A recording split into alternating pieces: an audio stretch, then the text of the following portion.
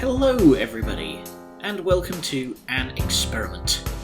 I have said a number of times on the channel that I don't like the idea of playing huge 100-hour RPGs, because I want to keep up a steady stream of variety both for your entertainment and my sanity. Quick bit of napkin math, 100 hours at 2 hours a day, 4 days a week, is about 12 and a half weeks, assuming no breaks. However, I do still want to play and show off some of these games, because they're good games. So that's where this comes in. It's a more heavily edited experience where I narrate matters after the fact. If you've ever seen guys like Alpharad, That's just four! or Martin Sato Pants, First off, we start with suck, squeeze, bang, and blow. you should get the kind of vibe I'm going for. So with that, let's jump right in. We last left off Monster Sanctuary here at Horizon Beach, continuing our search for the Sanctuary tokens and tracking down other members of the Order of Alchemists. We're barely 10 feet down the beach before we run into good old Leonard. He warns us that we'll need stronger monsters if we hope to continue on. I am both touched by his concern for our safety and somewhat insulted by his dismissiveness, but at least the Spectral Line is trying to rein his ego in a bit. Still, he does let slip that there's some sort of treasure hunt going on with one of the locals. I'm always down for some treasure, so it's worth at least checking out. On the way, we meet some new creatures and hatch ourselves a brawlish. As you'd expect, this thing's all about physical damage all the time, with a good slice of health to boot. Not bad, not great either. The old man isn't far away and he quickly sets about boring us to death, but Julia arrives just in time to save us. According to the old man, his ancestor was a notorious pirate who sailed the seas on a magic ship that allowed him to freely pass through the barrier that separates the sanctuary from the rest of the old world, as well as a crew full of monsters. Meanwhile, in the present day, the old man has finally decoded the last clues that lead to a treasure cave, and wants us to bring a special ring up to him. We can keep the rest. Say no more, my friend. We set our way into the water and immediately come across these strong currents. Even with the help of our koi, there's no way to fight against the tides. After some hunting around, we quickly catch up with Leonard, who, despite all his staggering skill, has gotten himself stuck in a pit, so we'll need to track down a monster with the improved flying skill to get the idiot out. Thankfully, there's supposed to be some just to the east on the cliffs. Choosing to let him languish a bit, I keep exploring around the caves and soon catch up with Julia. It seems she's been busy. She's already found the entrance to the cave, but according to the clues, it'll take all three of us to get the door open. Fine, guess we'll have to rescue Leonard sooner rather than later.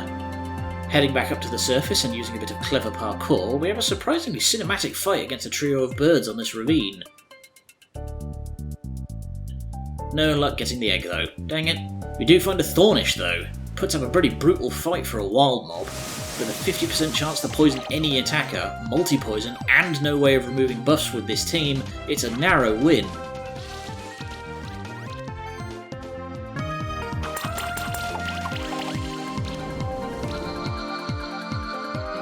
Does get us the egg though, granting us improved swimming.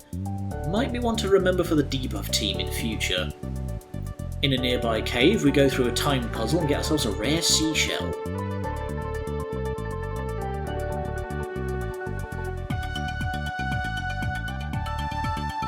No clues on what that does yet, but we'll figure it out. Back up to the surface again, we get another chance at improved flying, and land ourselves a Congamato. Say hello, Terry. Terry has some okay skills, high amount of base attack and magic with some decent synergies, buffs and debuffs. If I ever felt the need to build a bird squad, then there we go. Now to go back to rescue Leonard before he starts drinking his own pee or something. Naturally, he's ungrateful, but the promise of lucre convinces him to help us out.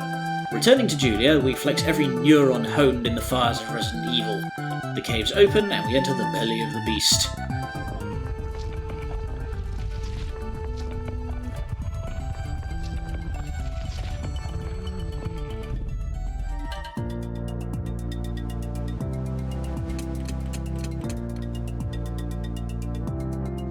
Honestly, I'm a little disappointed. I'd expected piles of stolen Spanish gold. Instead, we just find another rare seashell, the ring the old man wanted, and a diary. The diary explains how it was actually Captain Carter who brought the alchemists to the sanctuary in the first place, paying him a fairly spectacular amount to smuggle them across the border. Of course, the cash all turned out to be fake, devious buggers. The diary also mentions an ageless creature of the deep. I'm sure our team has room for a few more fathomless horrors. Meeting up with the others, we come face to face with the cave's guardian, the Elder Gel. Supposedly, the creature gets stronger the longer a battle draws out, which might be a problem for our current team being based around damage over time. But before any of that, an argument breaks out over who gets the honour of fighting it, and Julia challenges us to a duel.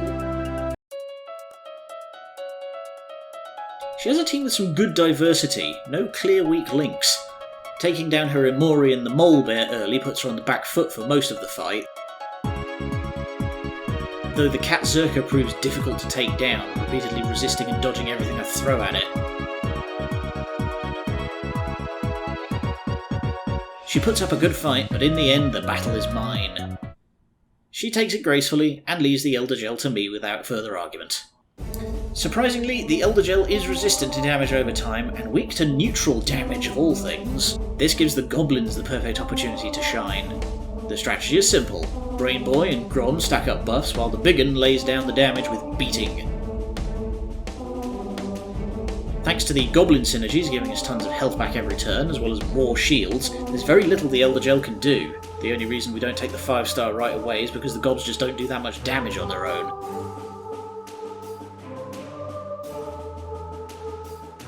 With that, Leonard gives us a backhanded compliment, Julia seems like a chill lady, and we take our prize. A cool 2 grand, a pirate hook weapon, and last but not least, the sanctuary token. We also find the entrance to the next area, the magma chamber, but that'll wait for now, there's still plenty of exploring to do. Finding a 3rd rare seashell, apparently they're not that rare, we head back up to the cliffs and finally get the means to make Aero into Silvero. Silvero are not great? They've only got marginally better stats, and taken together they have both aerial manoeuvre and pecking order, so much like Terry, might be one if we ever feel the need to build a bird squad, though I'm not sure why I ever would. We also meet up with Bex again. Been a while since we've seen him. He gives us a switch stone, but it's mostly small talk. Exploring the cliffs some more, we find another Chaos Relic in the Toxic Pot, perfect addition to the lineup. We also meet the Fisherman, who offers us something good in exchange for 5 rare seashells. It's not hard to find them, I just go to the only 2 spots I haven't checked in the region yet. During the exploration we finally get ourselves a dodo egg. Fittingly, the Fisherman gives us a fishing rod. While it doesn't do a lot of damage, it does provide buffs on non-damaging actions, which should make it a perfect fit on the goblin. Why do I like this? Oh! Moving on from that, we finally return to the old man and give him back his ring. He's not exactly thrilled with the ancient wisdom of his family. I feel like the metaphor's lost on him. Oh well. And thus concludes Horizon Beach. Oh, that was a nice little vacation. Returning to the stronghold, we take another run at Elder Gel. This time it goes a lot better now that Grom actually has a weapon. We earn ourselves an Elder Gel egg and crown it Abyssal. It's a fairly hefty magic damage face tank with critical consistency. We're able to hand out a lot of buffs thanks to multi-sorcery and forceful sorcery. One to remember when we're build crafting in the future. Next up is back to Snowy Peak and handing the dodo egg to Lady Stasis. This gets us a shock hopper, which we name Emperor.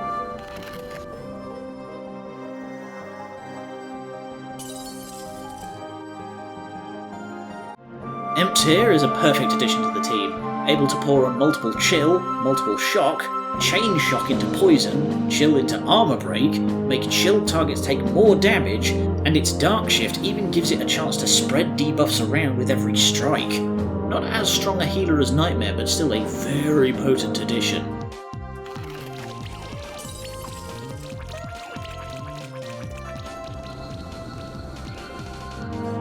Oh, and we contribute to the advancements of science or some shit, I don't know. Completing the lineup by shifting Emperor and Ashigaru to Dark, we... Didn't the Caretaker say something before about dark-shifted monsters being more violent? Hang on, I need to make a phone call. Be honest with me, are we the bad guys? No more so than Riku after KH1. But I'm different. I embrace the darkness. I can make it do whatever I want. That's not better! Hastily moving on from that troubling moral philosophy lesson, we finally arrive at the magma chamber. And we meet a non-hostile goblin. I'm not complaining, I just wasn't expecting... Yeah, just get to the point. Alright, chill. He sells some pretty rare pieces. I buy him and get the hell out of there before he gets his product. And then we met some hostile goblins. Well, that didn't take long. The Goblin Miner forms the support role of the Goblin Party, amping up crits, flat boosting everybody's stats, and can hand out a surprising amount of damage with Coal Toss and Lava Wave, especially when setting up fire Incinerate. Heading deeper, we find an enormous rune stone.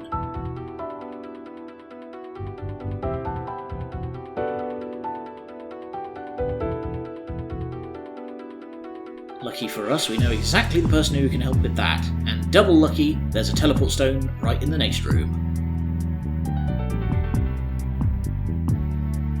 Returning to the stronghold, we enlist the help of Will, who's so eager to get started he doesn't even wait for us. Glad to find something to put a fire under him. Poor guy certainly needs it. So it turns out the big hole in the middle of the runestone is a big hole in the middle of the runestone, and we'll need to find whatever goes in it to complete the translation. Easy enough, can't go far. But naturally I've immediately gotten distracted, looping back through to the ancient forest to a new area I can access with improved flying. We proceed through a dark cave, and that's a fucking Rajang! Yeah, meet Brutus, a champion monster out of nowhere with no clear weaknesses, but also no clear resistance. This might call for a delicate touch. Oh, I've made a terrible mistake. By some small miracle, damage over time doesn't add charge stacks, and I managed to get away with just pouring on some dots while desperately pouring on healing, while hoping he doesn't attack the same person twice. Mercifully, he doesn't, and I feel like I've won that fight more out of luck than by judgment.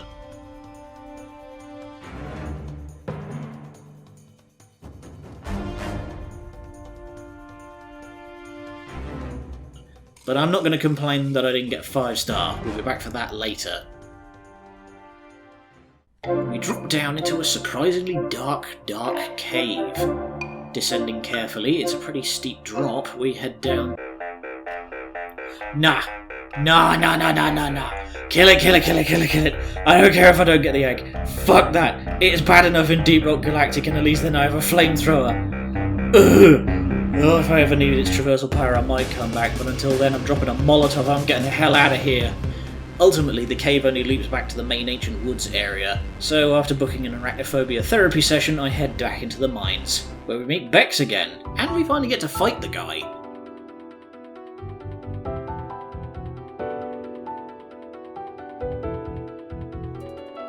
Much like Julia, he's got a good, diverse team, and it very quickly turns into a pretty brutal game of attrition, if only because that fucking dodge chance. We did get him in the end, but I feel like without the escalating damage buffs it would have gone on forever.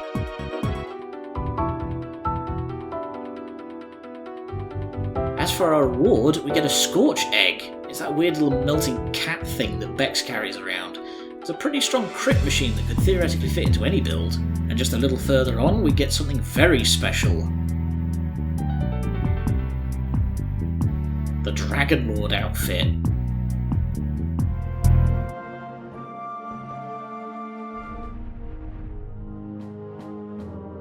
Bitchin'. And in glorious black and silver too. At this point I also realise that there's a bunch of those diamond blocks back in the snowy peaks. Climbing up to this little cliff segment introduces us to the Tar Goat. No guesses for what that thing can do.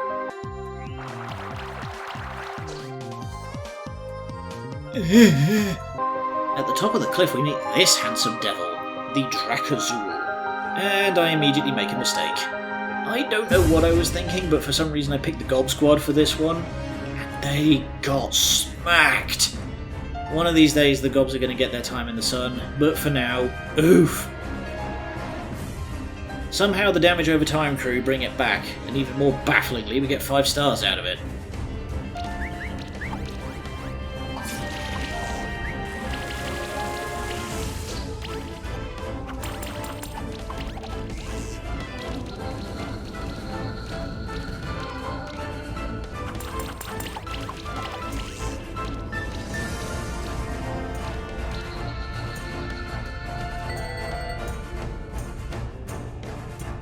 Question that, but it does get us a suite of good stuff. A pretty strong frozen tear accessory, an egg for one of the little dudes, and an ice stone to evolve them. Yeah! Drakenov is this game's equivalent to an Eevee. There's 4 potential evolutions, each with a different element and potential role.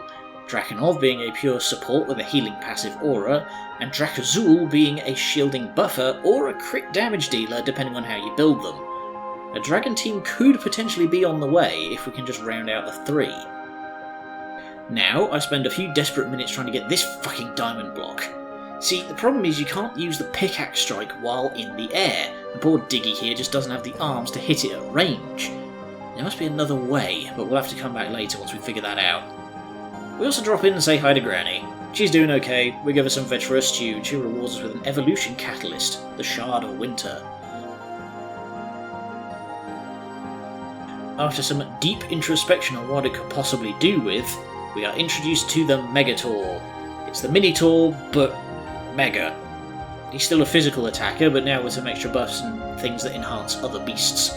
If you want to punch somebody's entire body off, here's your boy. Alright, enough distractions. Back to exploring the magma chamber. Jesus. Following the caves along, we slowly find our way to link up with the Stronghold dungeon and pick up the Chaos relic for the area, the Grim Ripper. It gives a respectable boost to both damage types, a hefty bonus to crit damage and passive lifesteal. Only issue is the increasing amount of damage taken, but I'm sure we can find a way around that. At the bottom of the cave we find this curious thing, a trio of little slime statues. Weird. Could they have anything to do with the bigger statues with the keyholes we've seen before? Ether seems to think that old Buran might know something about it, so we go back and have a word with him. Remember when I said we were done getting distracted? Anyway, heading topside, Buran knows exactly why we're here and is immediately evasive.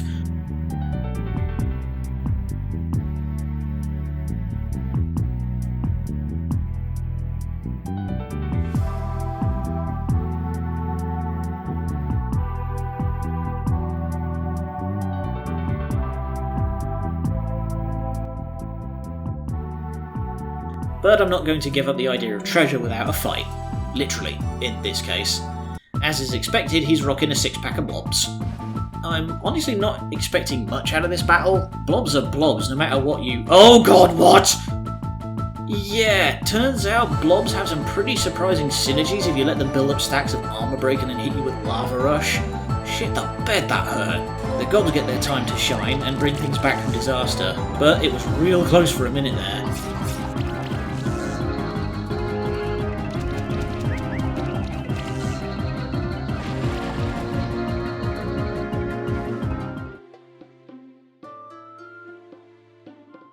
Buran relents and gives us the key and refuses to elaborate any further besides telling me there's 3 statues around the sanctuary.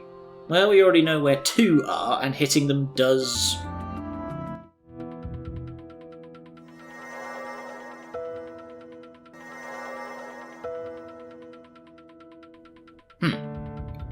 Alright, guess we'll need to go find the last one then. Okay, back to the magma chamber again, and this time I'm not getting distracted. We finally reach the lava layer, and with only minor singeing, find that chunk of runestone at last. Now I try to follow the path along to the right here, trying to link up with one of these 2 paths, but I just end up meeting one-way door only 2 squares over. Trying back the hard way, Will's finished translating everything of the runestone that he can without our help.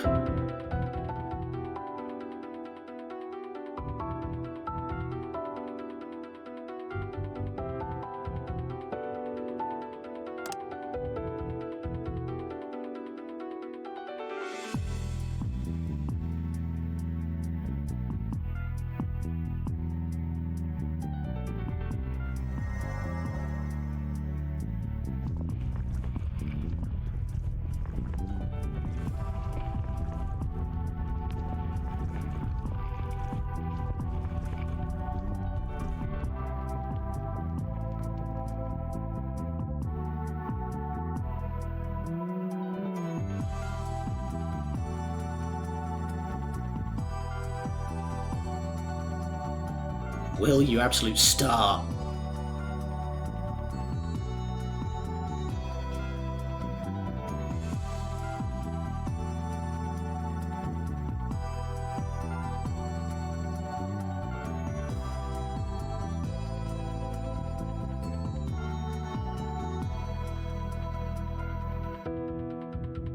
Now, into the depths we go, finding some volcanic ash and a mysterious locked door. Well, there's only one other cave as yet unexplored, so we head down that way, facing off against some more dragons and earning ourselves a firestone with 2 more Drakenov eggs. With that, we can actually make the dragon squad, and with this outfit it only feels right, but we'll get onto that later. First, the mystery of the door calls to me.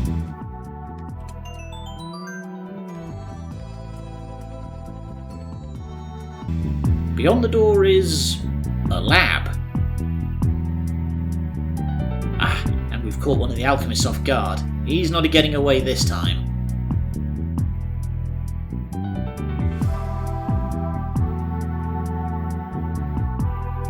And we don't punch him out while he's monologuing about how great he is.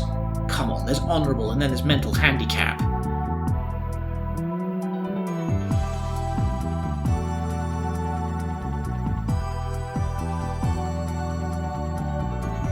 So naturally we have to challenge the guy to a duel rather than just telling Omegalodon to eat him while his back is turned. This guy's actually got a brain on him, and he's running a team centred around exploiting type weaknesses, then using those same attacks to buff himself. Omegalodon takes his pound of flesh but can't stand up to being focused. Ron goes down too, but Biggin quickly enacts revenge for the boss. Biggin then proceeds to absolutely hold the line against the rest of Raz's team. They're trying to attack him because he's the only one that's actually weak to their attacks, but he's so tanky he can just sit there and take it all day. The alchemist can't crack that nut before the backline finish the job.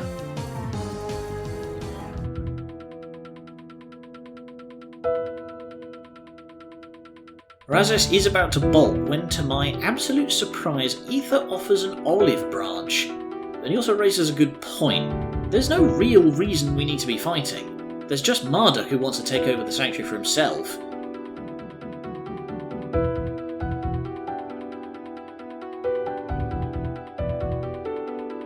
Razes offers to stand down and come quietly, so long as he's allowed to keep practicing his research.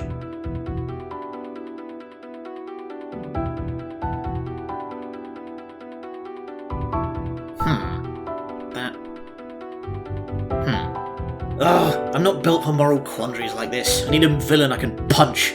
There's supposed to be a big champion monster down below. I'm gonna go fight that and get all these difficult philosophical questions out of my head before I start becoming a better person or something equally terrifying.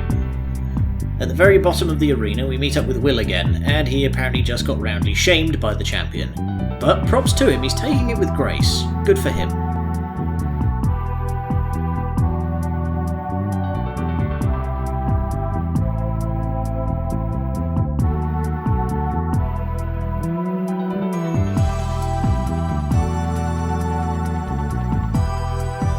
ほう、向かってくるのか。逃げずにこのアスラに向かってくるのか。ウィルが我の力を報告したというのにな。キーパーたち全員傲慢な奴らだ。I can't beat the crap out of you without getting closer. ほほう。では十分近づくがよい。無駄無駄無駄無駄無駄無駄無駄無駄無駄無駄無駄無駄無駄無駄無駄無駄無駄。My turn. NANI?!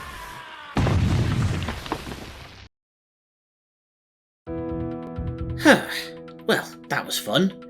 That nets us the final sanctuary token, but there's still so much to explore around here yet before we head back to the spooky door.